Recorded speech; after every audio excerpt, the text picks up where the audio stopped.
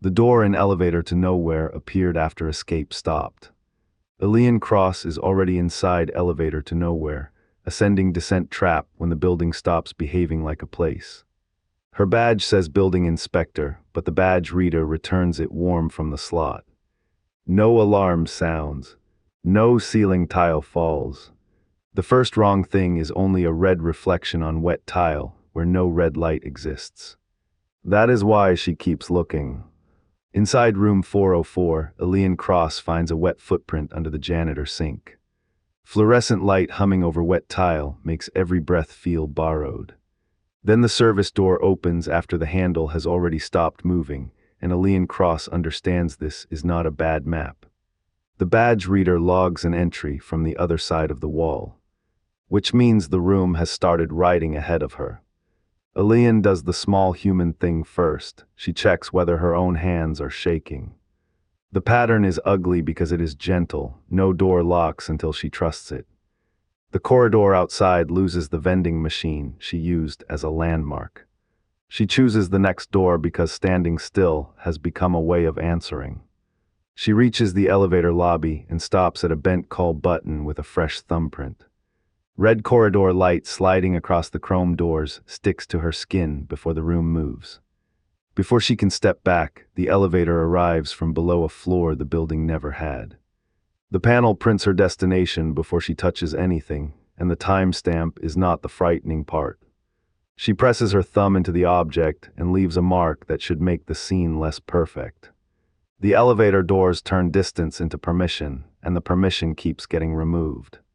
The lobby doors close in the wrong order behind her, and the loss is too quiet to mourn. The only honest direction left is the one the building has not had time to flatter. Past the next blind turn, the service corridor gives her a looping camera frame on a dead monitor. Cool wall panel air against her palm turns the air thick enough to notice. The second proof arrives when the hallway inside the camera is longer than the hallway outside it.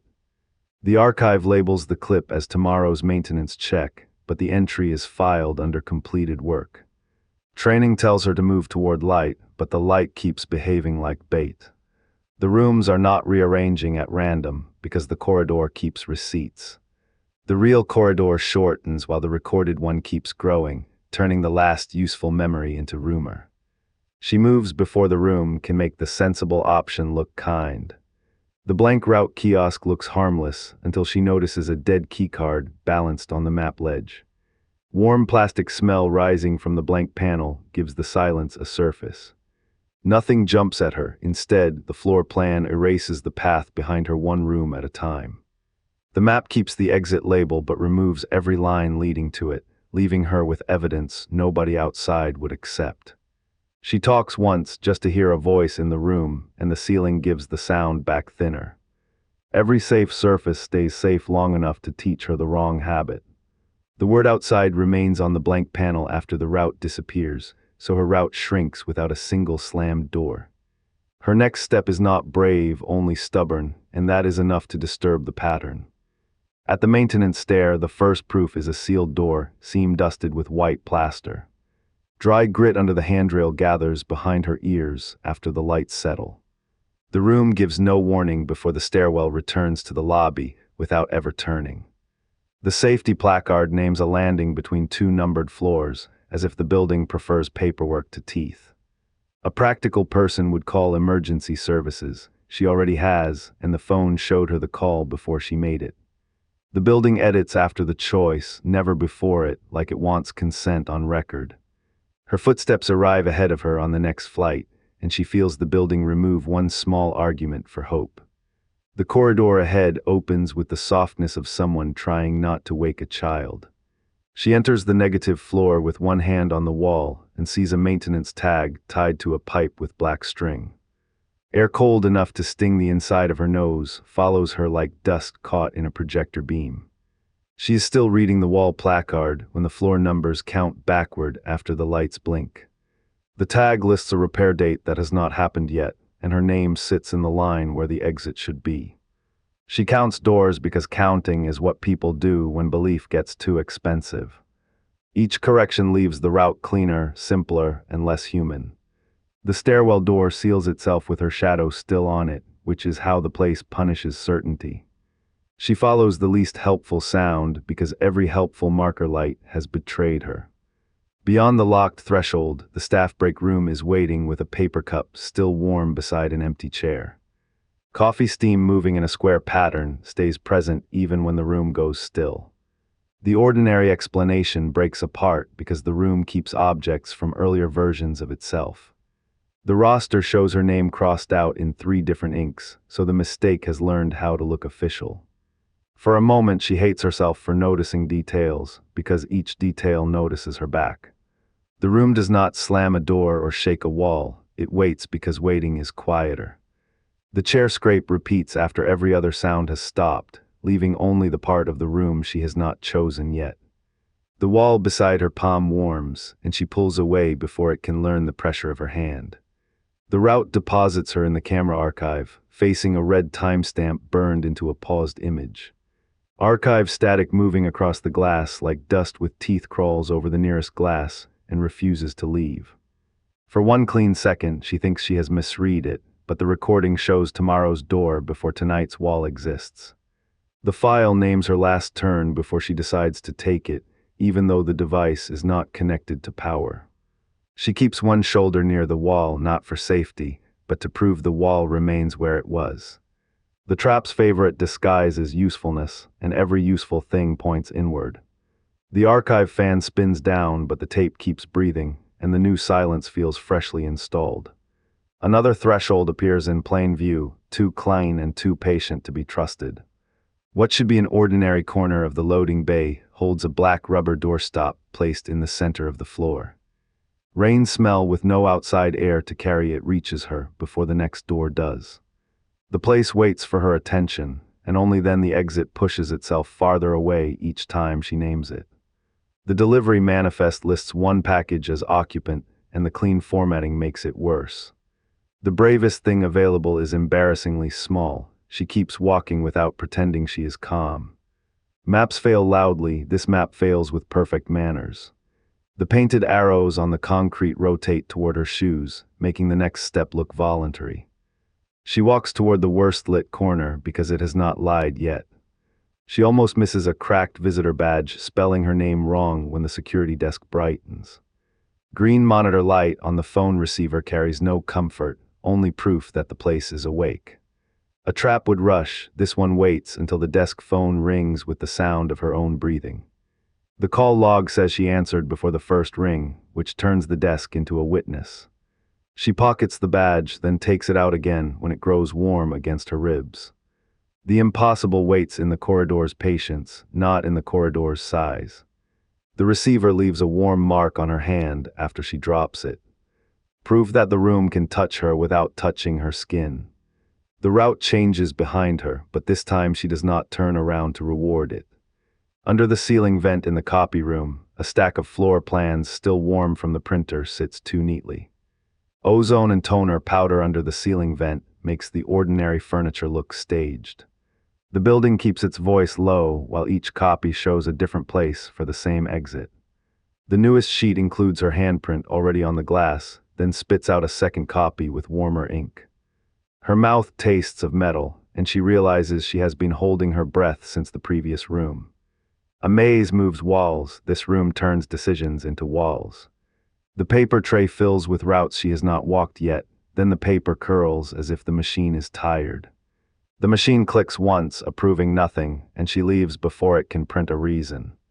The South Office pool greets her with a desk lamp facing a blank partition, and no sound from outside. Dust motes turning inside a cone of yellow light bends the quiet into a pressure she can feel.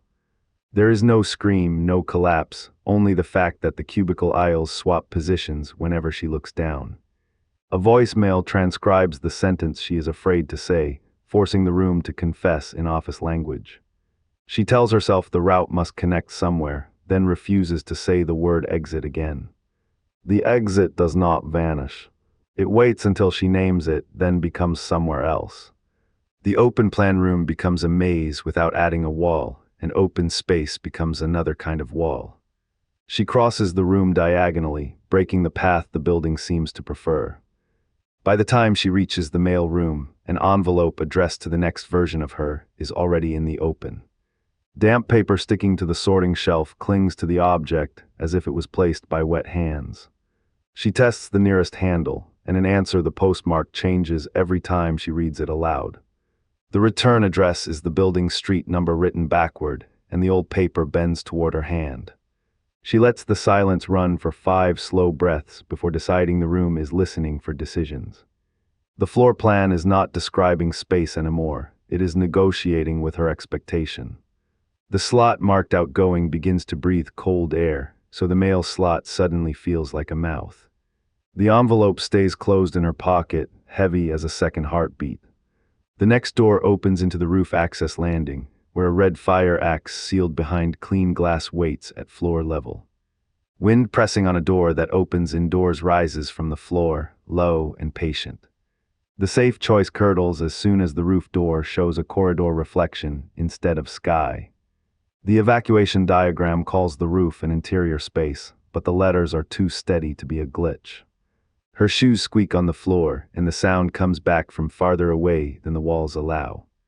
Every contradiction arrives with a door, a map, or a light she can touch. The stairwell below fills with ceiling light from above, and the ceiling light above her feet seems to come from nowhere.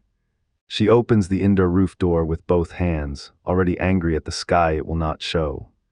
She follows the wall into the conference room and finds a long table set with one plastic cup. Cold condensation running down the cup without dripping makes the handle colder than the wall around it. The floor seems to hold its breath until the room has no corners when seen through the glass. The meeting minutes describe silence as an attendee, naming the absence like a scheduled consent. She thinks about quitting, then remembers there is no supervisor outside this building anymore. The wrong rooms wait like maintained rooms, polished and ready for inspection. Every chair turns a few degrees toward the door, slow enough that she can count the movement. The cup sweats on the table after she passes it, like the room is nervous. The building lets her into the parking level only after showing a car alarm, remote blinking under a tire. Oil rainbow shining on still concrete keeps moving after every visible thing has stopped. By now she knows to watch the small things, so she sees when the painted exit ramp climbs back into the building. The payment machine charges her for hours she has not spent, and the machine accepts the impossible as payment. The fear becomes useful when it stops being a fog and turns into a list of things she can touch. Every open door keeps leading her deeper, so survival starts looking suspicious. The air tastes like exhaust from a vehicle that is not there, and the false outside leaves a taste behind. She steps around the painted arrow instead of following it. A softer light fills the mirrored lobby, and a brass directory listing one extra floor becomes the only honest thing there. Polished stone cold through the soles of her shoes presses down until the room seems smaller. The mirrored surface proves the lie before her reflection reaches the doors half a second late. The directory gives her role as missing occupant as politely as any directory in any lobby. She looks away from the reflection because courage sometimes means refusing the room an audience. The reflection is late because the building is testing which version of her leaves first, and the reflection keeps walking after she stops, which is worse than any locked door. The mirror gives her a delayed nod, and she refuses to nod back. Near the end of the loop, the lost property office returns with her own jacket hanging from a hook she has never seen. Old fabric smell trapped in a room with no vents returns first, ahead of the door, ahead of the light. The loop becomes undeniable when the pockets contain dust from rooms she has not entered. The claim ticket lists her signature in a careful older hand, and for the first time the word closed feels hungry. She does not run. Running has become another kind of instruction. By the time the first room returns, the rule opens like a clean wound. The hook keeps swinging after she takes the jacket down, and the first room finally looks finished. She reaches for the extra handle because the building expects fear. Not in Sue LT. She reaches the server closet after the route refuses to stay behind. And a humming rack with one cable tied around itself waits in plain view. Warm plastic air pressing against her throat makes the room feel recently used. The ordinary explanation ends when the network lights blink in the rhythm of her footsteps. The access log shows a successful login from her badge after it left her hand, making the impossible look official in a new way. Elian wipes her hand on her uniform and hates that the gesture still feels normal. From there, the building is not chasing her now, it is editing the habits she relies on. The corridor camera outside loses the last 10 seconds of her face, and the loss removes one practical choice. She leaves before the room can turn hesitation into another doorway. By contrast, she reaches stairwell landing 19 after the route refuses to stay behind. And a safety cone folded flat against the wall waits in plain view. Rubber dust and cold paint under emergency light makes the room feel recently used. The ordinary explanation ends when the landing number changes only when she looks away. The inspection sticker certifies a stair that does not connect to any floor, making the impossible look official in a new way. Elian says the room number under her breath, then stops because the room seems to prefer names. Every helpful detail arrives with a price tag she can feel before she understands it.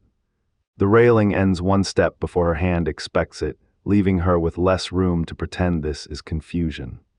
She moves on because the room has started treating patients as permission. Under pressure, she reaches the unmarked restroom after the route refuses to stay behind. And a mirror taped over with clear plastic weights in plain view. Bleach water cooling around the drain makes the room feel recently used. Past midnight, the ordinary explanation ends when the stalls reflect in the plastic, although the room has no mirror left. The cleaning checklist marks every box complete in her handwriting, making the impossible look official in a new way. Elian checks her pulse against her wrist before deciding the sound is not proof. The trap keeps choosing office language because office language makes surrender sound routine. One sink keeps running without filling the basin, so the route becomes smaller without looking smaller. She chooses the uglier path because it has not tried to comfort her yet. Across the margin, she reaches the training room after the route refuses to stay behind. And a plastic chair facing a blank projection wall panel waits in plain view. Dry marker dust resting on the table edge makes the room feel recently used. Nearer the source, the ordinary explanation ends when the projector shows the hallway she will enter next. The attendance sheet has one empty line labeled instructor, making the impossible look official in a new way. Elian almost smiles at the neatness of it, and the smile never quite arrives. The place punishes the second glance more than the first mistake.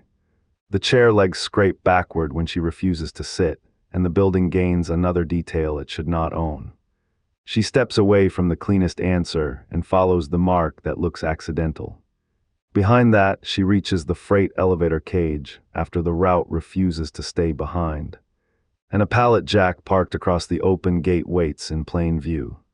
Cold chain grease marking the floor makes the room feel recently used. Quietly, the ordinary explanation ends when the elevator descends, while the cage stays level with the hallway. The scale readout counts one extra person inside, making the impossible look official in a new way. Elian keeps her eyes on one corner because looking everywhere has become useless. Nothing here needs to be loud when the paperwork can move the wall for it. The gate closes around empty air and dents inward. Making the next ordinary object harder to true scent. She keeps walking because stopping has become one more way to cooperate. She reaches the windowless courtyard after the route refuses to stay behind. And a square of rainwater lying under fake skylight waits in plain view. Damp concrete smell rising with no wind makes the room feel recently used. The ordinary explanation ends when the rain falls upward whenever she steps near the center. The maintenance plan labels the courtyard an interior corridor, making the impossible look official in a new way. Elian makes herself count to 4 before touching anything else. The building saves its cruelty for practical choices. The only open door fills with brick while she watches, while the room stays polite enough to feel deliberate. She refuses the obvious door and feels the building notice. She reaches the first aid station after the route refuses to stay behind. And a sealed bandage wrapper already torn at one corner waits in plain view. Alcohol wipe sharpness hanging in the small room makes the room feel recently used.